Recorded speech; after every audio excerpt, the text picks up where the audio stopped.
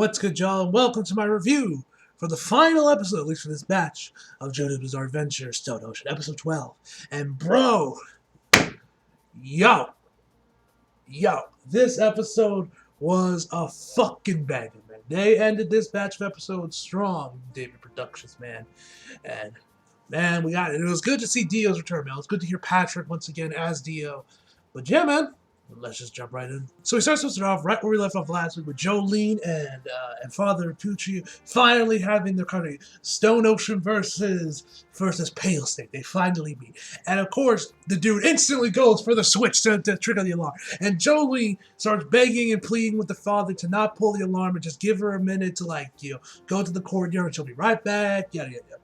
So then Father Pucci goes on about how when someone does something kind for others, and when he also asks him, of course, what happened with Jumping Jack Sparks, and she actually says that he assaulted him, which I am very curious to know, because that could be two of what things did. When Jolie says assaulted, does she be like, oh, assault as in beat the shit out of her? Because yes, I understand. Or when she says assault, does she mean he tried to rape her? Because, both could equally work for this situation, at least when Jolie tries to say it. I don't know, but to be fair, she wasn't lying because she was technically assaulted by him. Anyway, she tells him that he's in the hamper that's probably dreaming how she knocked him out. So as I said, Father goes on about how some people just kind of expect a reward, but to people who do things, they expect the same kind, expect to do kindness, expect kindness from those that show it. Isn't true, like unconditional love. It's like the real true unconditional love is reaching the gates of heaven. Blah blah blah blah blah. Who cares? Anyway, he eventually agrees. He says, "I will pretend our paths never crossed, but per your quotes, you only got a minute. I hope you'll return not a second longer." So Jolie, of course, runs over to the gate. Runs over to the courtyard, and we see this guy with that aviator scarf thing going on. He has a jacket and everything. Looks like someone out of fucking Top Gun or something, And I think, oh, he must be a pilot. He's from the Speedwagon Foundation, like most of you. I thought that's probably what we all thought. Well, we were all dead wrong, because it is revealed that this man is in fact working for Pale Snake and Father Pucci. As we see that he has a badge, or like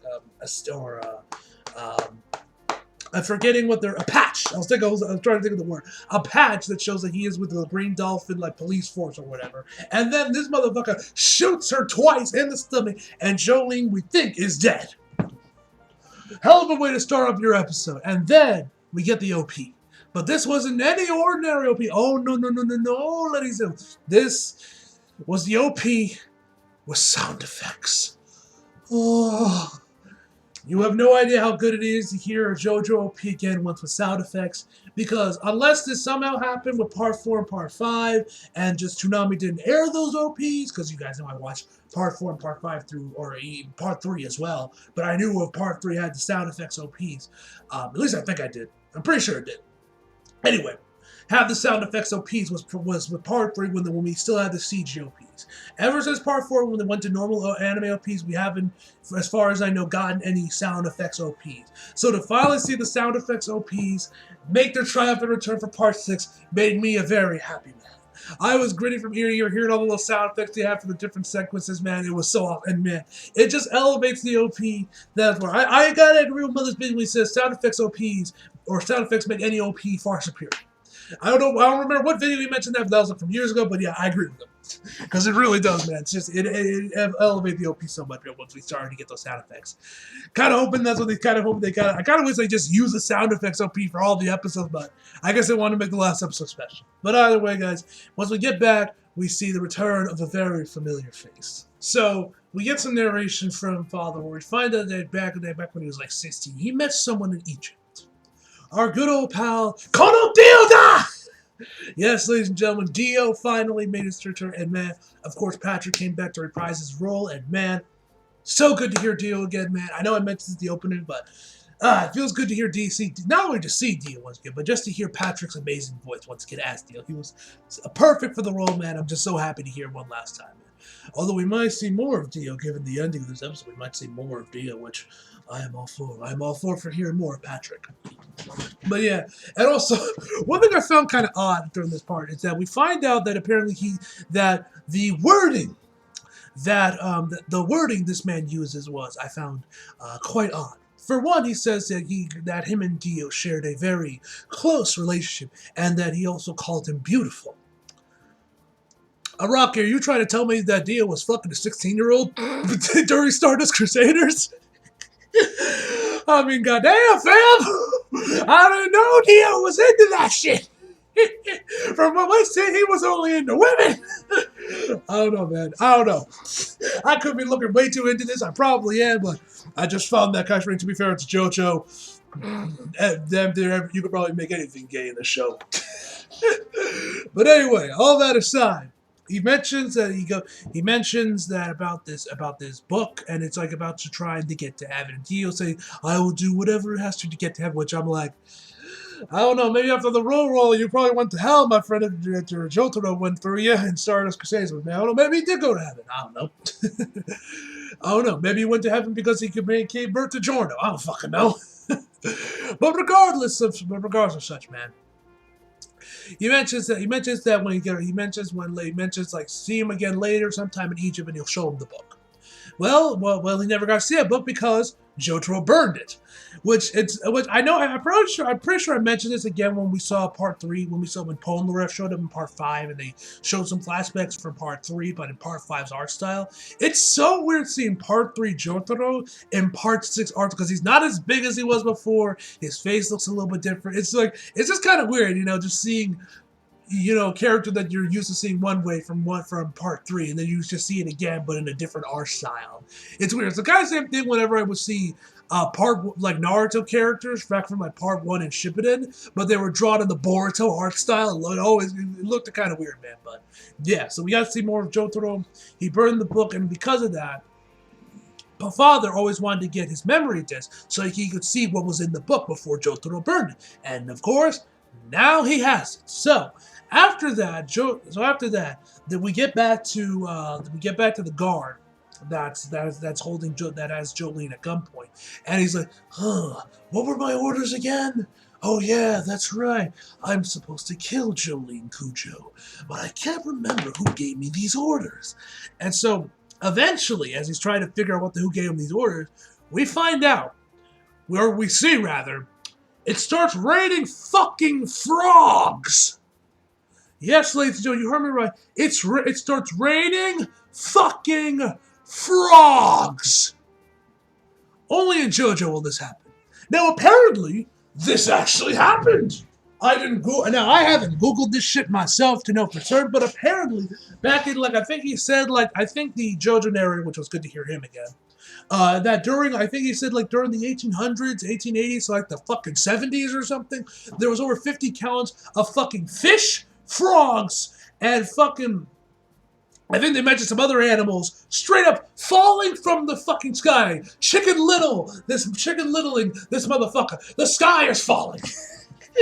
We got fucking frogs and fish, and I think they also mentioned sheep as well, or something else. I don't remember. We're literally falling from the sky like it's raining.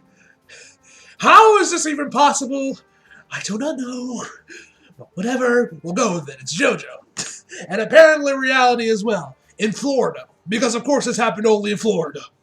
But anyway, we find out that these frogs are poison dart frogs. Basically, they're extremely poisonous frogs that touch the mucus or biofluids they leak, or that they leak or whatever, is going to kill you instantly and burn you up. And poison your skin.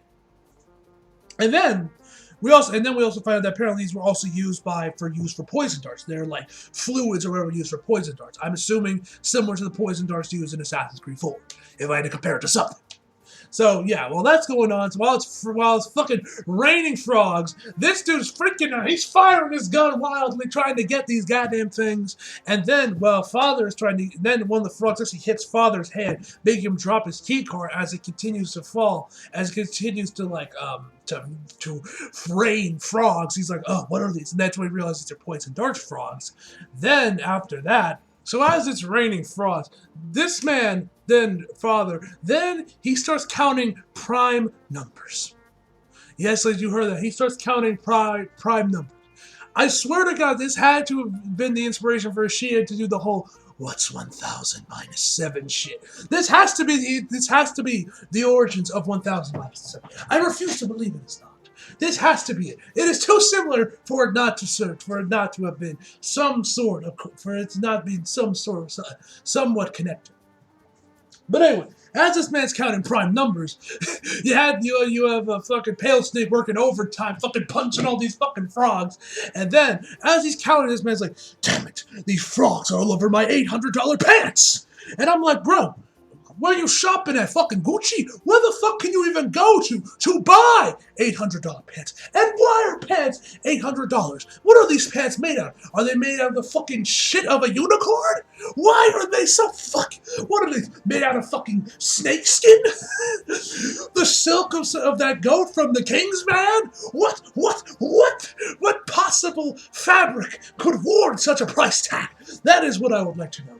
If you know, please kindly leave it in the comments. Anyway, while all this bad is going on, one of the guards finally shows up and Father tries to get him to open the door. Well, actually, before that, we actually have him, while it's still raining frogs, he actually asks the guard to come back in there and give him his pass, which he does. And when we see him, the dude looks like a fucking zombie, deformed and should be like, Father. That fucked up my voice for some reason. Be like, Father, and he's like all deformed and shit from all the frogs that splatter on his face. So then he pulls out his card and be like, Father, will I be saved if I give this to you? So he's like, you fool, don't put it out now. And then it gets out of his hand and more frogs land on him. He's like, Father, before he falls down and like blood's all over the place. So then, after that, an actual prison guard shows up, and he's like, "Oh, Father, what are you doing?" He tells him, and he's trying to get him to open the gate. But this prison guard, Loki's kind of smart. He's like, "Fuck this shit, I'm out. Fuck this shit, I'm out. No thanks, don't mind me. I'ma just grab my stuff and leave. Excuse me, please." And he's like, "Nope, no, I can't help, Father. Nope." And he's still. I gotta say, I love the way they actually incorporate the prime numbers with like the font they use. It was purple, and it kind of like fades in, and kind of fades out, and kind of moves around the screen to like signify that he's thinking about this shit. That he's like thinking it. I don't know. I thought that looked cool. Anyway. So then he has Pale Snake hand him one of his CDs. Then he fucking kicks a bunch of frogs. Then tosses the CD like it's a fucking frisbee. Lands on one of the frogs and says that blow up when you're out of 5 to 10 meters from him. And then it gets right over the guard's eyes and then blows up, blinding him like he's fucking Daredevil. It's like, Father! And then Father goes on. You must come to me. If you want to be safe, you must come to me and open that gate. That's what you were thinking, weren't you? And then eventually the gate is open and he just leaves that poor guard while he's blind. Like, Father! So then we get back to Jolie where we see that the bodily fluids or whatever are seeping through the threads of Stone Ocean because then they eventually wrapped up around her to try to protect her. Eventually, she just says fuck it, and just bursts out through it. Then after that, the clouds part like it's a fucking Simpsons opening, and then the sun is good, and it finally stops raining frost. Then Father has Pale Snake go out and look for the distance how it stopped raining. And this is when I noticed that they definitely switched to CG for Pale Snake when he kind of jumped over the window and got back on the floor. I noticed for a fact that they definitely switched to CG there.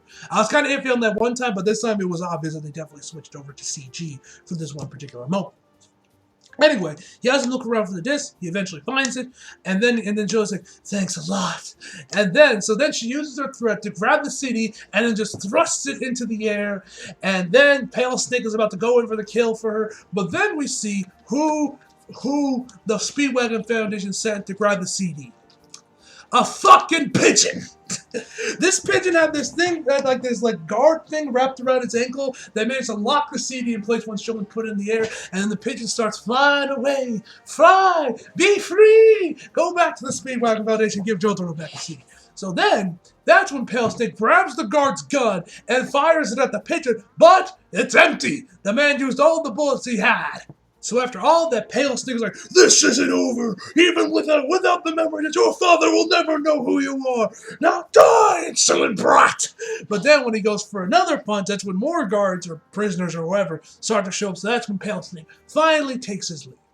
And Jolene, in her last gap, wraps some thread around Pale Snake to see if she'll finally figure out who the user is for Pale Snake, which we obviously know is Father Pushy, but she doesn't know that. But then I guess either Pale Snake or he noticed, and then eventually as he goes up, like, my plan is still going. I just want his memory just to avenge my best friend Dio. And that everything is going according to plan. I still have the memories, and I will reach the gates of heaven. Blah blah blah blah blah. Anyway, so that's when Pale Snake cuts the thread, and Jolene finally passes out. Then, with some narration from the narrator, goes on about like how Jolene's prison break went unquestioned, and that thanks to a feathered friend, they got the CD, but without the memories, JoJo will not fully recover. Which I'm assuming, which I actually thought, because you gotta remember, I think I said like either in my first review of the first episode, or in like one of the later ones, that I thought this whole arc of these 12 episodes would end with Jolene breaking out prison. Apparently I was wrong.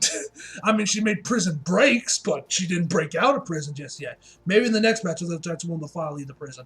We'll have to wait and see whenever the next batch of episodes comes out.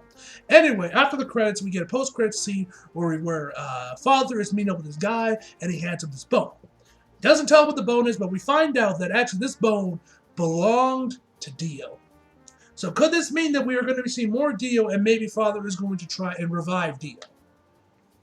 Could be. Could be a possibility. I don't know. We'll have to wait and see in the next batch of episodes and onward, probably. But anyway, guys, that is where I'm going to end this review.